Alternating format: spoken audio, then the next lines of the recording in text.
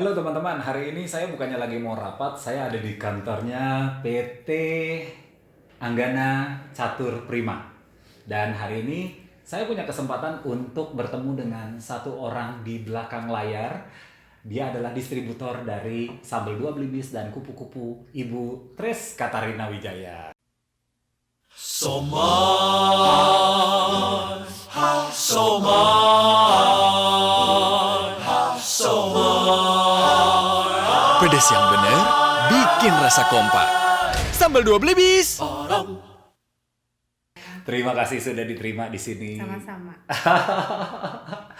Nah, teman-teman, rasanya kalau kita ada satu pepatah belum kenal makanya belum sayang ya. Jadi kita mau kenal nih dengan yang namanya Ibu Tres Katarina Wijaya, dipanggilnya sama kita adalah Citres gitu.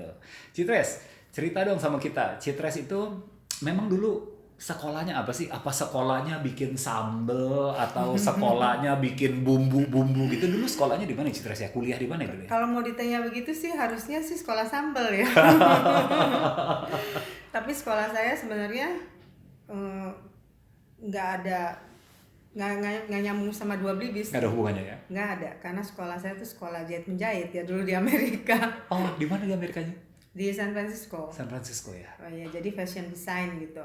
Oh. Karena saya pikir kan dulu namanya masih anak muda, jadi kita nggak ada kepikiran oh kita mesti nerusin ya urusan nanti usahanya bapak kita atau ibu kita gitu kan, nggak pernah kepikiran gitu karena masih muda kan. Cuman ya sejak ibu saya meninggal, jadi saya diharuskan untuk nerusin apa yang menjadi pekerjaan ibu saya gitu. Ya jadi mau nggak mau lah, sekarang saya jadi terjun ke urusannya finance, urusan HRD. Ya jadi begitu, jadi berbeda banget.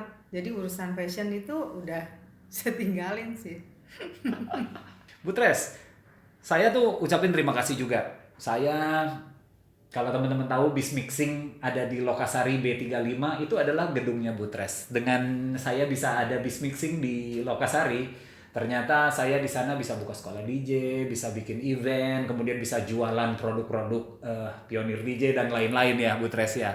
Bu Tres sendiri, saya melihat belakangan tiba-tiba bisa mengendorse ataupun menggunakan DJ-DJ tampil di media sosial bawa produk dua belibis. Dan pertama kali saya perhatikan adalah kitchen set. Itu keren banget loh, inovatif banget menurut Ada di saya. atas nanti lihat ya. Oh, ada di atas ya. Nah, boleh nggak cerita kepada kita semua, gimana bisa kepikiran mau pakai DJ-DJ gitu untuk promosi di produknya dua belibis dan kupu-kupu? Ya ini sih berawal daripada pandemik ya. Karena saya bikinnya tuh apa ya ngomongnya, memang saya dari kecil itu suka musik. Jadi memang dari kecil itu udah sama ibu saya tuh disuruh les musik. Jadi alat pertama yang saya pakai itu adalah organ yang masih dua tingkat Dua begitu tingkat. dengan pedal banyak. Itu saya belajar sampai saya ke SMA. Tapi memang saya tuh beneran music lover gitu. Saya seneng denger lagu apapun itu saya dengerin. Ya karena saya cinta musik, dan waktu itu saya ada ngeliat di Facebook ada beberapa perusahaan mungkin yang ada bikin dengan DJ dengan mereka nge-DJ gitu ya, virtual gitu. Ya saya suka gitu. Saya bilang enak juga nih begini, seneng juga gitu kan. Kalau di perusahaan saya nggak mungkin juga untuk mendanai urusan seperti ini, karena kan nggak ada related itu nggak ada gitu. Dari mana urusannya dua belibis sama DJ kan nggak mungkin gitu kan. Kalau kita kan namanya budgeting kan pasti untuk urusannya marketing, supermarket lah, distributor segala macam gitu. Jadi ya memang terus terang untuk urusan DJ ini memang saya pribadi sendiri ya, karena ya saya ikut sedih lah dengan kayak begini, banyak orang yang susah. Why not kalau kita memang ada lebih uang, kita membantu untuk orang yang kekurangan uang gitu. Jadi itu pribadi tuh teman-teman ya. Ya. Ternyata Bu Tres senang dengan musik dan kemudian dari kantong pribadi ya. Iya. Memang dulu waktu era-eranya Citres main ke disco mungkin gitu, Terus terang. paling seneng sama DJ siapa ya dulu ya? Karena gini, kalau dilihat kan kayaknya itu sosoknya Ibu Tres itu DJ banget kayaknya gimana gitu ya. Jadi mama saya tuh selalu nggak boleh kalau saya keluar malam. Iya. Jadi gimana kalau mau ke diskotik nggak boleh malam? Ya tapi ya maaf ya ma, ibu saya udah meninggal. Jadi saya tuh suka nyolong-nyolong. Teman saya bilang kita ke Manhattan aja, Ancol, karena ada Sunday Club. Hari Minggu siang ya waktu itu Jadi ya. disitulah saya tahu namanya sosok ada Steven Vo waktu itu. Saya lihat ya dari jauh kan kita seberangan gitu. Cuma saya lihat itu Steven Vo ya, pakai keren ya, pakai jas, pakai dengan dasi gitu. Ya cuman nggak kenalan gitu, cuman yang penting saya tahu aja gitu. Dan saya dari dulu memang karena saya memang nggak pernah clubbing atau nggak pernah keluar malam. Tapi saya selalu mengidolakan yang namanya sosok Adam Jaguani sama Steven. Karena saya kan nggak keliaran. Iya. Tapi sejak saya sekarang udah masuk ke dalam dunia DJ, jadi saya kenal yang namanya Joki Saputra, Tommy Vance, ada Oli, ada Yuni, ada Ian Hanmur. Itu saya kenalan dengan mereka gitu. Jadi tuh kaset kalau namanya Stardust Manhattan pasti saya beli. Udah dikumpulin ya? Udah pasti beli. Udah pasti saya beli, harus beli. Kalau yang lain-lainnya ya saya tinggal tunggu enak apa kagak. Kalau enak saya beli gitu aja. Jadi nyesel juga sih dulu ya kaset-kaset kenapa buang ya. Ngiri juga sih sama Adam tuh, dia punya koleksinya. Banyak ternyata ya? masih ada ya. Iya. Iya jadi begitu. Dulu bikinnya cuman 2 orang itu sebenarnya saya punya idol saya ya. Only Adam sama Steven gitu. Cuman nggak pernah mengira juga gara-gara pandemi begini malah jadi kenal sama mereka gitu. Tapi menurut saya itu memang inovatif sih ya. Banyak sekarang di lingkungan teman-teman juga nggak cuma DJ, tapi menjadi sebuah promosi yang unik gitu. Kemudian saya juga melihat bahwa produk-produk sekarang Dua Beli Bis, kemudian kupu-kupu, kan pandemi juga banyak nih ibu-ibu bikin kue, istri saya juga bikin kue. Sekarang sepertinya jadi muncul. Sebenarnya dulu pasti muncul, tapi orang mungkin tidak fokus. Karena sekarang media sosial banyak Dua Beli Bis, kupu-kupu. Kita sekarang jadi fokus. Saya ke supermarket pun langsung mata saya jadi melihat, wow banyak Dua Beli Bis, banyak kupu-kupu. Kira-kira gitu. Aku mau cerita pengalaman liburan bersama ibuku. Ibu mengajariku memasak sop buntut. Aku dan ayah suka sekali rasa sop buntut buatan ibu. Ibu juga ngajarin aku membuat bolu kesukaanku. Terima kasih teman-teman. Surprise! Berawal dari rasa, tercipta banyak cerita. Kupu-kupu, sempurnakan cita rasa dari generasi ke generasi. Iya, karena memang kan kalau produk kami kan memang buat urusan dapur ya, yang orang makan setiap hari, cabai orang makan setiap hari, produk kupu-kupu dengan orang masak setiap hari. Kita punya untuk baking, untuk pewarna, untuk cooking gitu ya. Jadi memang udah dari zaman dulu memang sih. Cuman dengan pandemi ini memang yang laki aja kan bisa pada ikutan masak, bisa pada ikutan bikin kue juga. Iya. Saya juga ada lihat kemarin sepertinya bikin satu website ya. Website itu juga banyak menu-menu yang bisa kita olah dari sana tuh. Diklik website punya kupu-kupu juga sepertinya tuh. Apa nama websitenya Ici? Bahanmakanan.com. Bahanmakanan.com ya. Itu ada website bahanmakanan.com ya. Ya. Di sana juga banyak Itu tuh. belum lama sih. Bahanmakanan.com. Bahanmakanan.com. Dan produk-produk ini juga bisa dibeli secara online ya berarti? Bisa di sana. Kita juga masuk ke Tokopedia, masuk Shopee, Bukalapak. Hari begini kan kita juga harus banyak online ya, karena kan mereka mungkin ada yang nggak mau keluar rumah untuk supermarket gitu kan. Ada yang takut pergi keluar, ya dengan cara kita mesti melakukan online. Ya makanya ya pesan saya sih kalau apalagi lagi pandemi begini, orang-orang harus lebih berkreatif lah gitu.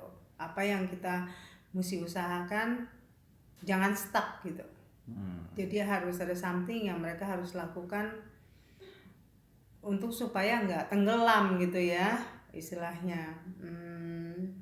Harus keluar dari apa yang kesusahan mereka gitu. Semua orang struggle sekarang ini semuanya, bukan cuman satu orang atau dua orang, semuanya juga struggle gitu. Jadi tapi apa yang bisa kita lakukan? Sekarang banyaknya namanya ibu-ibu rumah tangga pada online masakan gitu. Itu kan kreasi kan, yang nggak bisa masak jadi bisa masak dan bisa jualan online. Terus Citres tanggapannya gimana ketika saya datang tiba-tiba dengan sebuah proposal? Citres, aku kepengen bikin lomba DJ online. Apa yang kira-kira tanggapan Citres dengan lomba DJ online ini? Pertama dengan DJ lomba kan mungkin DJ lomba itu bisa berbeda-beda ya, seperti yang kalau saya tahu zaman dulu, seperti kalau balik lagi nih ngomongnya Adam lagi. Kalau Adam, saya nggak pernah ngelihat Adam dengan atraksinya karena saya kan bukan orang yang bisa keluar rumah malam. Cuman kalau teman-teman kan suka pada bilang, oh ya dia terkenal dengan atraksinya, dengan ikon dengan lighternya gitu. Ya menurut saya itu kreatif banget gitu kan. Kalau Kiting kemarin nih bawa proposal kayak begitu, saya masih menebak-nebak sih. Maksudnya kreativitinya seperti kayak apa? Apakah model seperti kayak Adam atau jungkir balik salto ataupun kan nggak ngerti saya karena saya kan nggak get into DJ punya world gitu loh. Iya. Gitu. Tapi ya ini something yang memicu mereka sih untuk lebih more kreatif gitu loh. Gitu ya. Mana tahu kan dengan kreativitinya mereka bisa menjadikan satu modal untuk mereka gitu kan, karena wah ini dia hebat banget nih kayak gini, jadi dipakai terus kan sama dia atau gimana dengan dia punya simbol gitu. Ya, menjadi sebuah nama baik si DJ. Betul. Ya, punya gelar misalnya juara, punya prestasi gitu ya. Betul. Ya dan saya sih support karena saya senang aja dengan kalau melihat DJ itu nge-mix gitu, saya senang. Jadi dari dulu memang cita-cita pengen belajar gitu, cuman kan kalau saya nggak mungkin lah dikasih izin untuk jadi DJ kan nggak mungkin juga gitu. Kepengen karena saya kan suka musik gitu kan. Atau kalau dulu Kiting di depan kalau Kasari kalau saya tahu begitu saya ngelesnya sama Kiting, udah jadi DJ. Jangan dong nanti DJ Tapi sekarang kan di Dua Belibis kupu-kupu kantor udah ada alat, nanti gampang kok sekarang untuk. Iya itu dia. Makanya saya punya alat DJ itu satu set itu lengkap. Jadi tinggal datang nge-mix saja udah. Iya. Untuk closing nih Citres, saya melihat Citres adalah orang yang pasti punya semangat tinggi. Saya melihat kadang saya telepon siang, tunggu ya Ting, tapi tiba-tiba saking banyaknya pekerjaan malam baru selesai gitu. Kira-kira untuk closing kita nih, Citres bisa bagikan sesuatu nggak dari sisi semangat kerja ataupun apa gitu? Kalau semangat kerja, itu memang ditanamkan dari saya punya papa, ya orang tua lah ya, orang tua.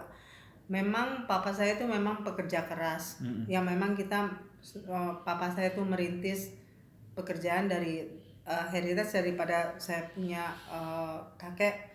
Itu kan dari home industry dulu, jadi bikin dari di rumah gitu. Sampai sekarang kita punya pabrik yang besar dan kita juga well known, kita punya brand juga gitu. Jadi semua itu dari kecil saya melihat dari kakek saya sampai ke papa saya, dan saya sekarang ini saya bertiga dengan adik saya berempat jadinya. Ini kita sekarang nih third generation ya, generasi ketiga. Jadi kita tuh melakukan semua apa yang kita melihat dari kakek kita dan ke papa kita. Papa saya tuh adalah pekerja keras. Kakek saya pun apalagi, karena dia merintis kan pertama kali. Jadi dari sana kita melihat semua apa yang dipekerjakan sama papa kita. Yang kita juga ikut membantu dia juga gitu. Jadi sudah terbiasa seperti kayak gitu. Jadi ya mau ya memang kita seperti kayak begini jadinya. Seperti apa kerja kerasnya yang Citres lihat papa dari muda? Oh, papa saya kalau kerja itu totalitas banget ya. Jadi dia nggak pernah kasih sama orang untuk pekerjaan. Misalnya gini, ini ada mau bikin bumbu ini ya, coba hitungin nanti, coba modal berapa, jual berapa. Oh enggak. semua itu dia ngelakuin sendiri. Jadi dari botol plastik berapa, tutupnya berapa duit, isinya berapa, labelnya berapa, itu dia lakukan sendiri dengan kalkulator dulu. Dia benar-benar pelajari, nggak langsung kasih dia orang semua totalitas pekerjaan. Totalitas. Jadi kalau bekerja dengan totalitas. Dan apalagi untuk menciptakan sesuatu produk. Karena saya sering sekali melihat papa saya. Jadi jangan salah ya, bukannya papa saya tuh nggak ada kegagalan loh. Orang semua bekerja pasti ada kegagalan, tapi kan kegagalan itu menciptakan kesempurnaan gitu kan. Papa saya lihat tuh banyak kegagalannya, banyak banget. Terutama apalagi bikin namanya untuk urusan karamel ya. Jadi banyak kenapa nih ini kok nggak bisa ngeblend gitu, segala macam, dibuang lagi, dibikin lagi gitu. Itu saya banyak melihat kayak gitu. Tapi dengan kegagalan dia kan akhirnya menciptakan suatu kesempurnaan. Yang kita melihat ya orang namanya gagal nggak boleh berputus asa gitu loh. Nggak boleh langsung stop aja ya. Nggak boleh. Kan akhirnya kayak papa saya kan bisa sukses. Sedangkan di kita tuh cuma meneruskan aja. Kadang sih malu juga sih, karena kita bukan yang pencetus gitu loh. Tapi emang Bu Tres beginilah, memang selalu merendah ya. Ya bukan, memang itu apa adanya. Jadi ya memang itu apa adanya yang saya harus bilang gitu. Makanya saya bilang contoh lah yang baik-baik daripada orang-orang yang memang well known, yang perusahaannya memang bekerja keras gitu ya. Contohlah mereka gitu. Nggak ada salahnya kan dengan bekerja keras kan ada hasilnya. Bersabarlah gitu. Memang kalau belum waktunya mungkin belum waktunya. Cuma kalau udah waktunya mungkin akan dikasih jalan seperti kayak gitu. Dimana kita bekerja keras pasti ada hasilnya gitu. Saya yakin banget sih. Dan Citres, saya juga terkesan di sesi-sesi akhir pembicaraan kita dengan saudara-saudara. Saya kenal banget dengan adik-adik Citres, ada Ko Andi, Ko datang ke sini langsung kompak dan rame gitu.